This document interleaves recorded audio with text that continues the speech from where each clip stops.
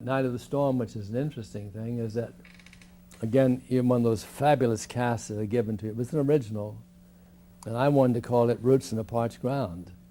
And David was fine with David, but the sponsors felt it was, I don't know what they felt, depressing, I guess.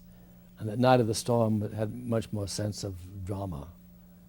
So it was called that, but I had Julie Harris, I had E.G. Marshall, I had Mildred Donnock, I had Fritz Weaver, I had Joe Van Fleet. I mean, can you imagine? And I could just take it for granted, you know, these all actors you work with every day. Well, no more. Anyway, Stark Young, the critic, was a great friend of mine, and he loved this show. Matter of fact, when it was published, the last little thing he's ever written was a little preface to this. And he wanted me badly to do it as rethink it as a play. And I often, you know, took his advice, but I wasn't able to do it at the time. And then about 10 years later, when my mother and father passed on within a year, I went down to Texas to, you know, do the things an older son does with the house.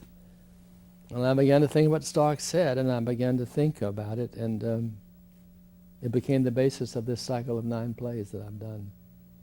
And I did the other plays thinking that this one would work, but when I finished the other plays and tried to go back to this, I had to redo it. The whole emphasis had changed.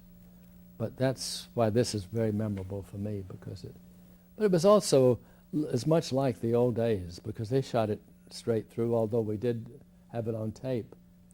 Because I also remember that Julie's performance on tape was the best she gave, but the one on air wasn't as good.